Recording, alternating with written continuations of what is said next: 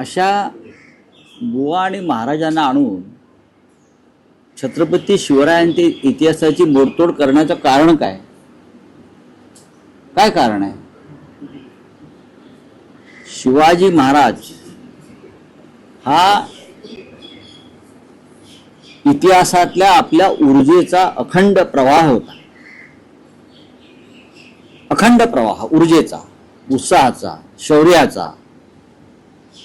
ते कधी थकले नाहीत, ते कधी झोपले नाहीत, लक्षात घ्या. आणि म्हणून जो महाराष्ट्र आमचा आहे तोही थकत नाही आणि दिल्ली पुढे झुकत नाही. पण नवा इतिहास हे कोणी बाबा आहेत काय, कुठे आहे ते बागेश्वर माहित नाही मला. हे जे काय महाराज वगैरे आणतात हे लोक, हे नवीन हिंदुत्वात सुरू झालेल्या लोकांचा आणि नवीन इतिहास लिहितायत किंवा बदलतायत. महाराष्ट्राला हे मान्य नाही. खरं म्हणजे ती जी बुवा आहेत तरुण कोणीतरी, त्यांनी छत्रपती शिवाजी महाराजांच्या इतिहासावरती जेव्हा हे बोलत होते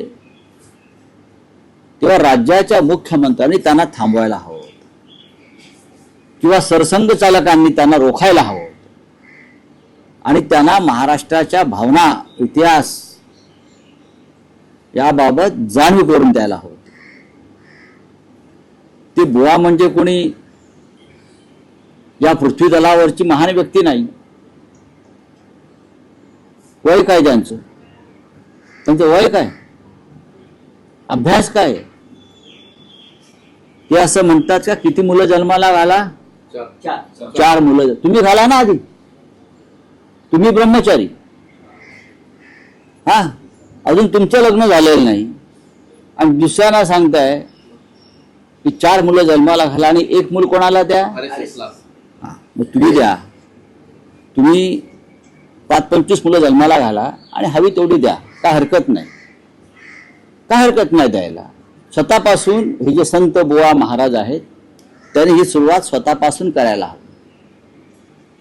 हे हिंदुत्व नाही. परत सांगतो, भाजपा किंवा संघ ज्या हिंदुत्वाचा सध्या या माध्यमातून पुरस्कार करते किंवा खरात बाबासारखे लोक, हे त्यांचे प्रचारक आहेत. हे हिंदुत्व अजिबात नाहीये. एका बाजूला तुम्ही लोकसंख्या नियंत्रणासाठी सरकार मंत्रालय स्थापन करताय आणि कोट्यवधी रुपये खर्च करताय लोकसंख्या नियंत्रणासाठी, आणि दुसऱ्या बाजूला अशा माध्यमातून तुम्ही लोकसंख्या वाढवण्याचा प्रचार करताय. हे बाबा असं का नाही बोलले की 1 मूल प्रत्येकानं आपलं भारतीय सैन्यात दाखल व्हायला पाहिजे? असं का नाही बोलले? आम्ही त्याचं स्वागत केलं असतं. 1 मूल बलिदानासाठी, भारतीय राष्ट्रसेवेसाठी दिलं असतं. हे त्यांना का सुचत नाही? नाही सुचत त्यांना. हे दुर्दैवानं महाराष्ट्रात येऊन छत्रपती शिवाजी महाराजांची अशा प्रकारे त्यांची इतिहासाची मोडतोड करणं, हे जे दुसरा कोणी केलं असतं ते एवढ्या भारतीय जनता पक्षानं शिवरायांचा अपमान झाला हो असं बोंबलत रस्त्यावरती उतरले असते. उतरा ना. शिवाजी महाराजांविषयी अशा प्रकारचं विधान करणं. शिवाजी महाराज थकलेले कोणी पाहिले का? झुकलेले कोणी पाहिले का? त्यांच्या लढायांनी औरंगजेबाला थकवलं. त्यांच्या पुढल्या पिढीनं औरंगजेबाला थकवलं. या शिवाजी महाराजांनी न थकता अफजल खानाचा कोथळा काढला, शाहिस्तेखानाची बोटं तोडली, पळून लावलं, आणि तुम्ही त्यांना थकलेला माणूस म्हणता. कुठून तुम्हाला हे सुचतं? काय पिता काय तुम्ही? बोला. एका बाजूला बागेश्वर धाम यांचे हे विधान आहे, दुसऱ्या बाजूला संजय राठोड यांच्याकडनं सुद्धा कुठेतरी अप्रत्यक्षपणे शिवाजी महाराजांच्या संदर्भात विधान येतं. नाही बघा की 40 वर्षापूर्वीचं पुस्तक आहे. 40 वर्षापूर्वीचं पुस्तक आहे. गोविंदराव पानसरे यांचं 40 वर्षापूर्वीचं पुस्तक आहे. त्या पुस्तकामध्ये कुठेही छत्रपतींची बदनामी नाही. हे सगळं जाणीवपूर्वक केलं जातंय. नक्कीच महाराष्ट्रामध्ये, महाराष्ट्रात आणि राज्याचे मुख्यमंत्री व्यासपीठावर असताना, सरसंघ चालक व्यासपीठावर असताना, केंद्रीय मंत्री व्यासपीठावर असताना यांच्या इतिहासाविषयी महाराष्ट्राच्या संवेदना मेलेल्या आहेत. त्यांना शिवाजी महाराजांविषयी अजिबात प्रेम नाही. हाही गोष्ट 10 वर्षापूर्वी नरेंद्र मोदींनी होर्डिंग लावले होते ना शिवाजी महाराजांबरोबर आपले स्वतःचे. काय शिवाजी महाराजांचा आशीर्वाद कसा आहे मला वगैरे. हा मग ते थकले का आता? थकले कोण? मोदी थकले? कोण थकले? का भाजपा थकली?